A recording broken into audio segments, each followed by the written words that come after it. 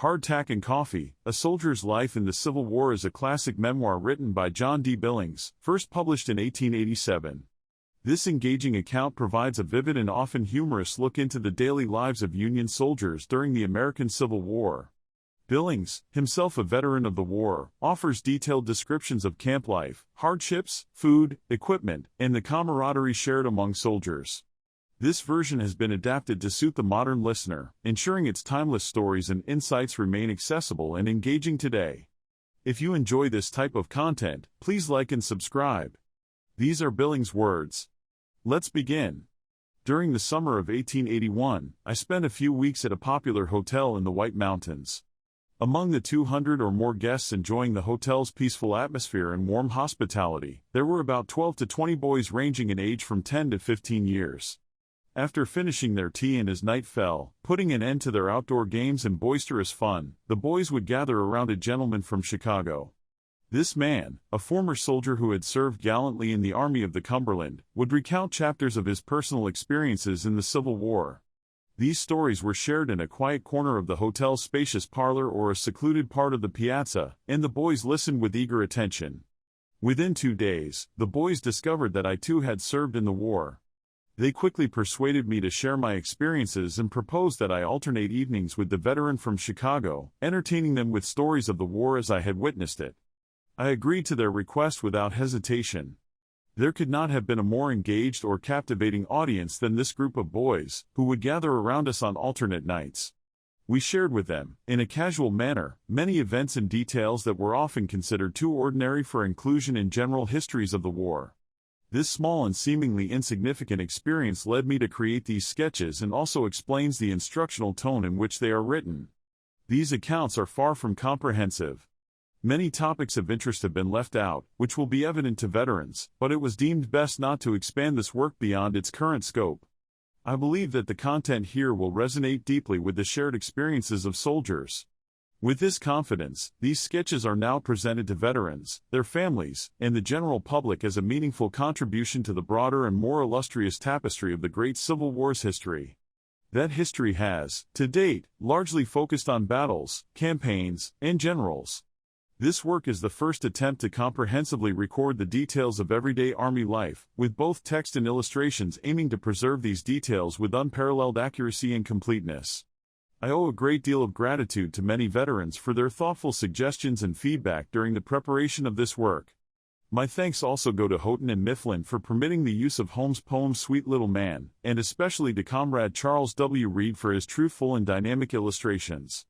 Reed brought back a significant number of sketches from the field in 1865, enabling him to vividly recreate many scenes once familiar to Union veterans. These illustrations evoke stirring memories of their lives as soldiers and serve as a powerful visual record. Believing that these pages will resonate with many for whom the Civil War remains more than a distant myth, I present them confidently. This work, completed during my spare hours, does not claim literary excellence but seeks to fulfill a need that has remained unmet until now. Cambridgeport, Massachusetts, March 30, 1887. On November 6, 1860, Abraham Lincoln, the Republican Party candidate, was elected President of the United States, defeating 3 opponents. The political campaign that autumn was the most intense the country had ever seen. The Democratic Party, which had been in power for several consecutive years, split into factions and nominated 2 candidates. The Northern Democrats chose Stephen A. Douglas of Illinois, who supported the doctrine of squatter sovereignty, which allowed the people of a territory seeking statehood to decide for themselves whether or not to permit slavery. The Southern Democrats nominated John C. Breckinridge of Kentucky, then Vice President of the United States. His platform promoted the right to bring slaves into every state and territory in the Union without any restrictions. Additionally, another group, referred to by some as the Peace Party, avoided taking a stance on slavery. Instead, it pointed to the Constitution as its guiding principle. This party nominated John Bell of Tennessee for president and Edward Everett of Massachusetts for vice president. Its members were drawn from both major parties, though primarily from the Democrats. Because of these divisions, the Republican Party, a relatively new political organization, managed to secure Lincoln's victory. While the Republicans opposed the expansion of slavery into new states and territories, they had no intention of interfering with it where it already existed. Slaveholders understood this position and voted overwhelmingly for Breckinridge. However, after the Democratic Party split, it became evident to them that the Republicans would win. Long before the election, they began threatening to secede from the Union if Lincoln was elected. Freedom of speech was not tolerated in Southern states. Northern visitors conducting business or enjoying leisure there were often warned to leave if they expressed opposing political views. Many Northerners fled back home for safety, often abandoning valuable possessions. Native Southerners loyal to the Union faced even harsher consequences. Those who refused to support secession suffered indignities, and many were forced to take up arms for the Confederacy against their will, though some deserted at the earliest opportunity. Others endured persecution until they could escape to Union-controlled areas. As early as October 25, 1860, prominent Southern politicians in South Carolina unanimously agreed that the state should secede if Lincoln won. Similar meetings were held in other states around the same time. These fire eaters, as they were called, laid the groundwork for disunion well before the election results were official. When Lincoln's election was confirmed, Southern leaders wasted no time. South Carolina seceded first, followed by Georgia, Alabama, Mississippi, Louisiana, Florida, and Texas. These states formed the Southern Confederacy. Virginia, North Carolina, Arkansas, and Tennessee joined later. The rapid spread of rebellion stunned the North, and loyal Unionists began questioning why President James Buchanan, whose duty it was to suppress such uprisings, was so passive. Many wished for the decisive leadership of Andrew Jackson, who had swiftly quelled a rebellion in South Carolina decades earlier by enforcing federal law. Buchanan, however, proved ineffective. His administration was riddled with traitors. His Secretary of War had supplied the South with arms, his Secretary of the Navy had sent naval ships to distant waters, and his Secretary of the Treasury had drained the federal coffers. Meanwhile, secessionists seized federal arsenals, mints, custom houses, post offices, and forts within the rebel states, yet Buchanan did little to stop them. He claimed he lacked the authority to coerce a sovereign state. By the time he left office, he was a disgraced man, remembered for his inaction during one of the nation's most critical moments. When Abraham Lincoln arrived in Washington under the cover of darkness to assume the presidency, the country was in a state of unparalleled tension. In the North, many blamed the long-heeled abolitionists and black Republicans for the crisis. Though I was too young to vote at the time, I participated in torchlight parades for the Republican wide-awakes and rail-splitters. For this, I endured verbal abuse from those who supported the South. In the shop where I worked, heated arguments were common. Some colleagues accused Republicans of driving the South to desperation, wishing harm upon abolitionists and expressing disdain for Lincoln and his supporters. These sentiments, while not always sincere, added to the challenges Lincoln faced as he took office. The South, misled by fire eaters and Northern sympathizers, believed the North would not fight to preserve the Union. Conversely, some abolitionists believed the South would not resort to war to defend slavery. Both sides severely underestimated the determination of the other, as events would soon prove. A humorous anecdote about two Irish soldiers captures this misunderstanding. One greeted the other, saying, "How are you, Mike?" The second replied, "How are you, Pat?" When the first clarified that his name was not Mike, and the second admitted his name was not Pat, they concluded, "Fakes, then, it must be neither of us." This exchange mirrors the mutual misjudgment between the North and the South, each believing the other incapable of acting decisively. As events unfolded, this misperception would vanish, replaced by the harsh realities of war. The story of how Major Anderson moved his small group of United States troops from Fort Moultrie to Fort Sumter in Charleston Harbor, seeking greater safety, is well known. Equally familiar is the account of how rebels fired on a vessel sent by the president to deliver supplies to the fort and how, after several days of intense bombardment, they forced the fort to surrender. These events opened the eyes of many Northern doughfaces, those who had sympathized with the South, to the true intentions of the secessionists. A shift in perspective occurred. Patriotism and love for the Union began to take precedence. People in the North had heard proposals to divide the American flag, with each section of the country receiving a portion. They had even seen images of the flag torn apart, which stirred a deep sense of unease. Soon, most of those who had mocked or wished ill upon the Union began demanding immediate action to uphold the power and dignity of the national government. Even President Lincoln, who in his inaugural address had urged his fellow countrymen to take time and calmly reflect on the situation, now recognized that patience had its limits. He understood that the honor of the nation and his role as president required swift action. On April 15, 1861, Lincoln issued a proclamation calling for 75,000 militia members to serve for 3 months, with the goal of suppressing the rebellion and enforcing the law. As a Massachusetts soldier, I am naturally inclined to focus on my state's role during this critical period in the nation's history.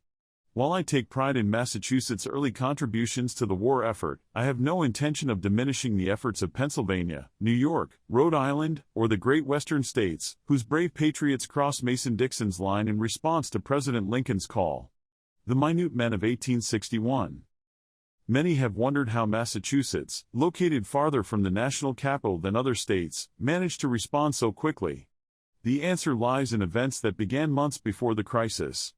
In December 1860, Adjutant General Schuyler of Massachusetts suggested in his annual report to Governor N.P. Banks that the state militia should be strengthened in light of growing tensions. He recommended that commanders send updated rolls of their companies, including the names and residences of each member, and ensure their ranks were filled to the legal limit of 101 soldiers per infantry company.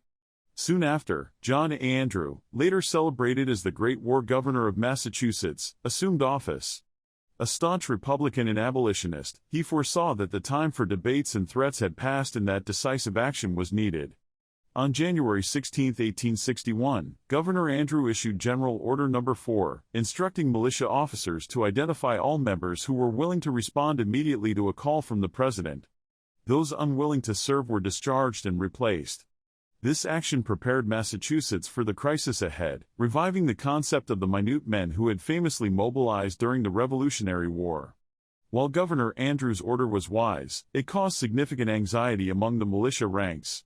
Many soldiers, who had excelled as peacetime troops, were reluctant to commit to the uncertainties of real military service. Some hesitated because of genuine concerns about their families or businesses, while others feared public backlash if they withdrew.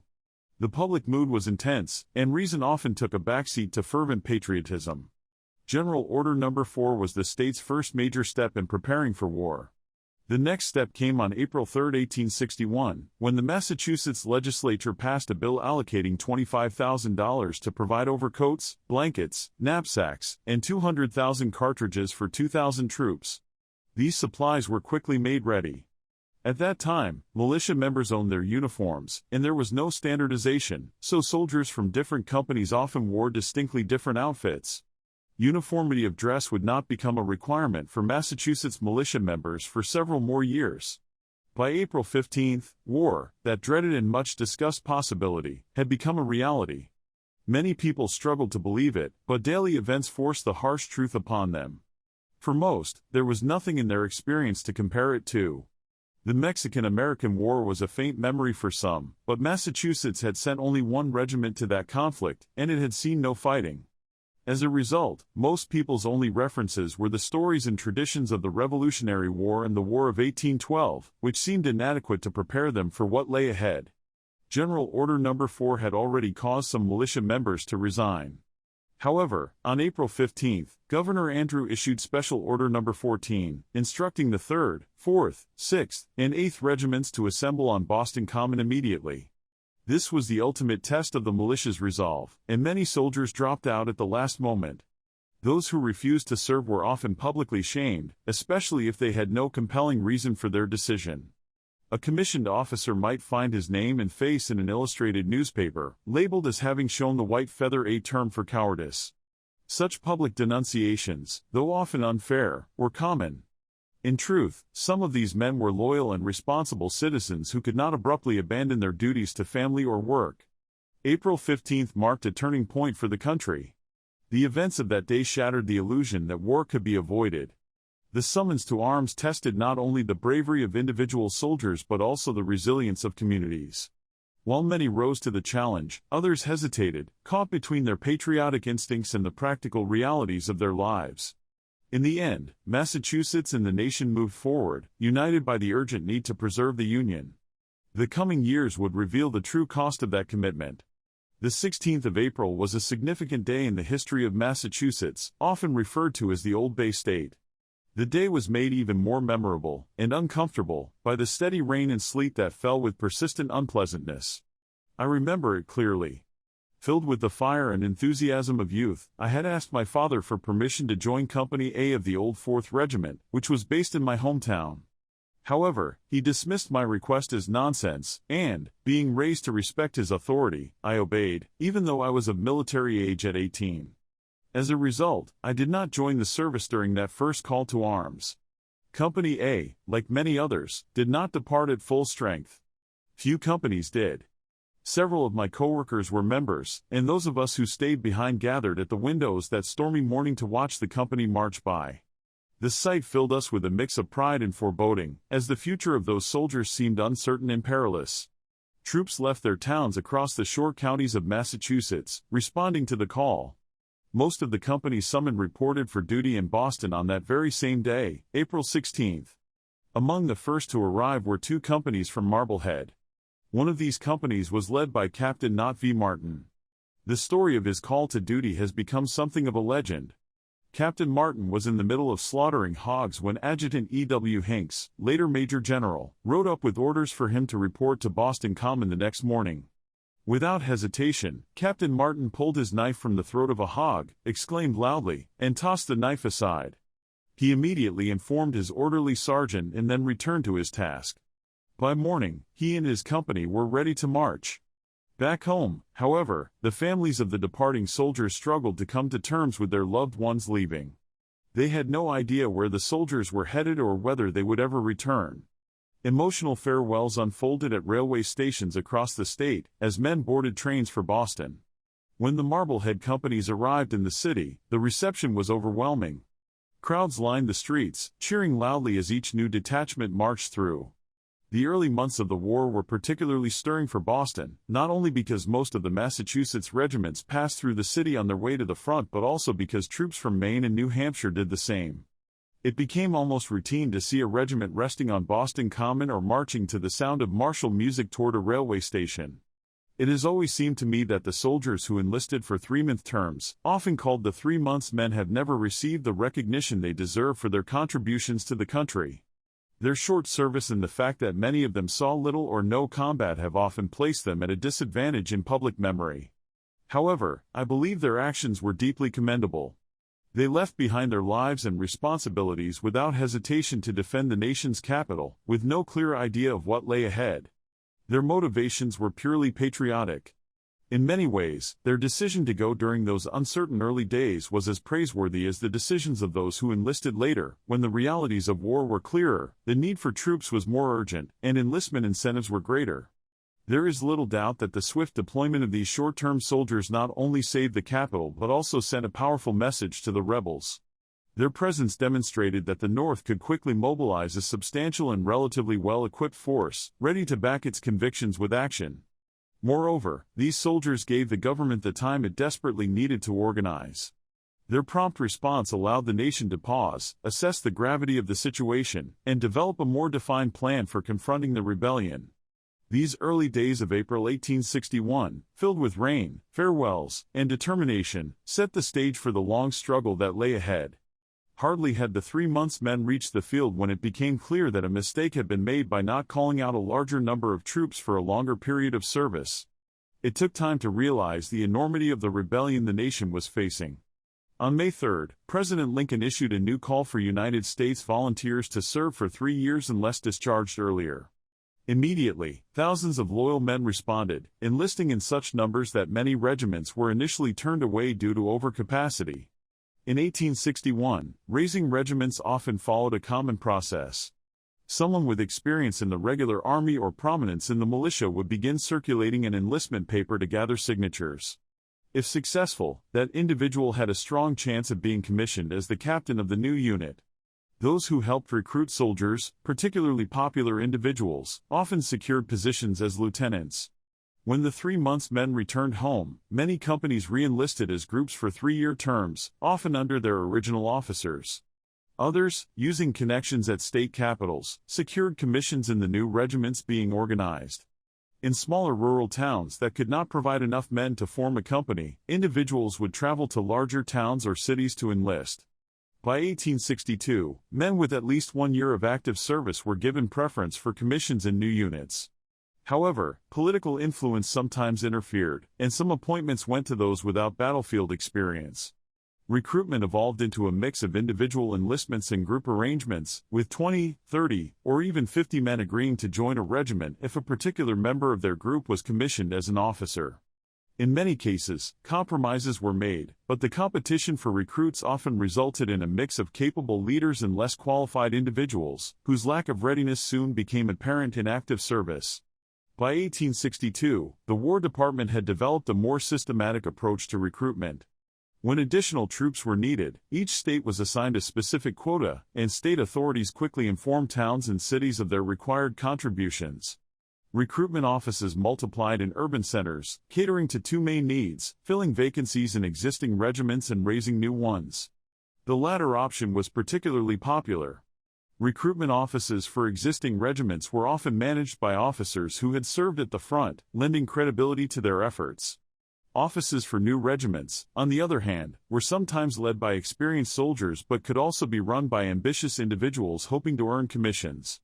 Newspapers and posters were filled with advertisements urging men to enlist. These announcements were often dramatic and patriotic, designed to attract recruits. Here is an example of a recruitment advertisement from the Boston Journal on September 12, 1861. More Massachusetts volunteers accepted. 3 regiments to be immediately recruited. General Wilson's regiment, with Captain Follett's battery attached.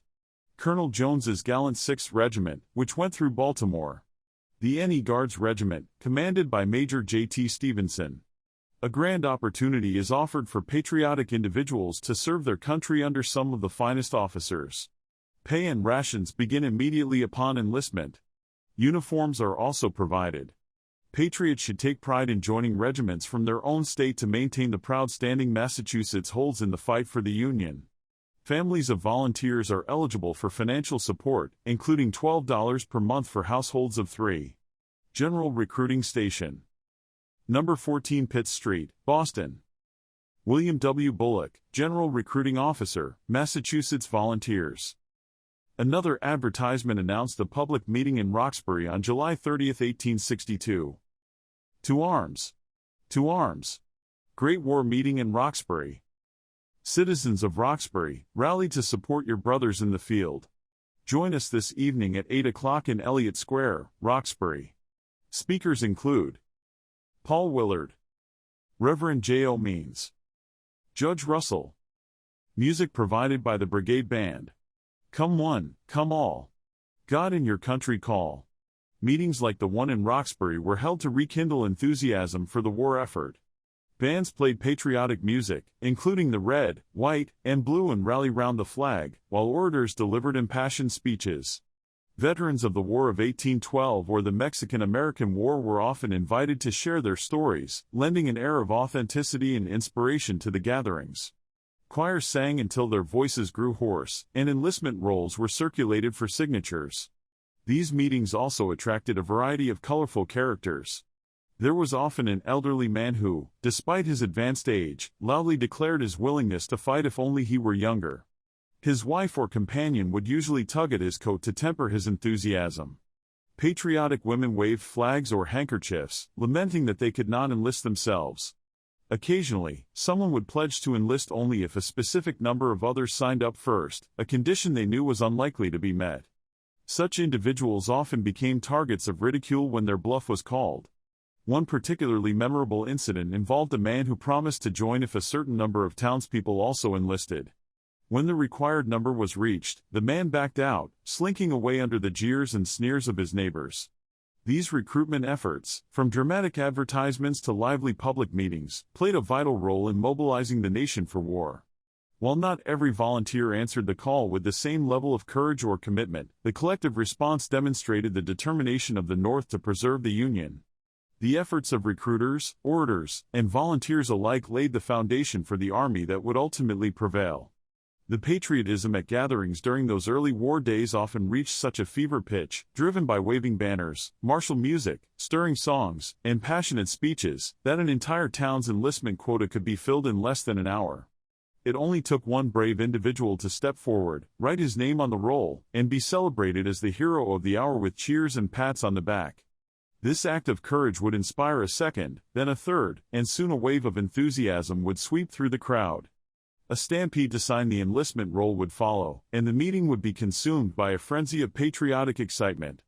However, just like intoxication from liquor, the euphoria of such moments sometimes wore off the next day, especially for men with families, as they faced the sober reality of their decision. Yet, pride, a relentless master, rarely allowed anyone to back out. The next step for an aspiring soldier was a medical examination to determine physical fitness for service. Each town had its designated physician for this purpose. The candidate had to remove all clothing and undergo a series of tests. These included jumping, bending, kicking, and enduring firm thumps on the chest and back, along with other physical checks. The physician also examined the candidate's teeth and tested their eyesight. If deemed fit, the candidate was given a certificate of health. From there, the prospective soldier headed to a recruiting station. Upon arrival, he would declare his intention to enlist, sign the company or regiment's roll, and provide a detailed description of himself, including his height, complexion, and occupation. He would then be escorted by a guard to an examining surgeon for a more thorough evaluation of his fitness. Men who enlisted directly at recruiting offices bypassed the town physician's initial examination, as it was redundant at that stage. It is noteworthy that in 1861 and 1862, most examinations were conducted to confirm a candidate's ability to serve. By 1863 and 1864, the tide had shifted, and men often sought to prove their unfitness to avoid service. Once a civilian had officially become a soldier, he was usually sent immediately to camp or the battlefield. However, if he requested a short furlough, it was often granted. Those who joined new regiments might spend weeks training before being sent to the front, while those assigned to existing regiments could find themselves in combat within days. For instance, many men who enlisted under President Lincoln's call for troops on July 2, 1862, were killed or wounded within a week of arriving in the field. Anyone who lived through those early days of the war would never forget the overwhelming spirit of patriotism that swept through the nation. It united men and women of all ages and filled the air with a sense of purpose and resolve. The display of national colors was unprecedented. Flags were raised everywhere, on public buildings, private homes, and even open fields. The red, white, and blue were seen in every direction. Shopkeepers decorated their windows and counters with patriotic displays, men wore neckties or rosettes in these colors, and women incorporated them into their attire. Bands played patriotic tunes almost exclusively. Songs like Yankee Doodle, The Red, White, and Blue, and the Star-Spangled Banner became staples of the time, though their constant repetition might have worn them threadbare if such a thing were possible. New patriotic songs and marches were composed frequently, though many of them were short-lived. The poetry of this period, much of it of high quality, could fill an entire volume. These were days of fervent dedication, when the love of country burned brightly in every heart, inspiring countless acts of courage and sacrifice. They were days that would leave an indelible mark on everyone who lived through them. That concludes the first part of the story. Thank you very much for listening. Please subscribe for more episodes and leave a comment.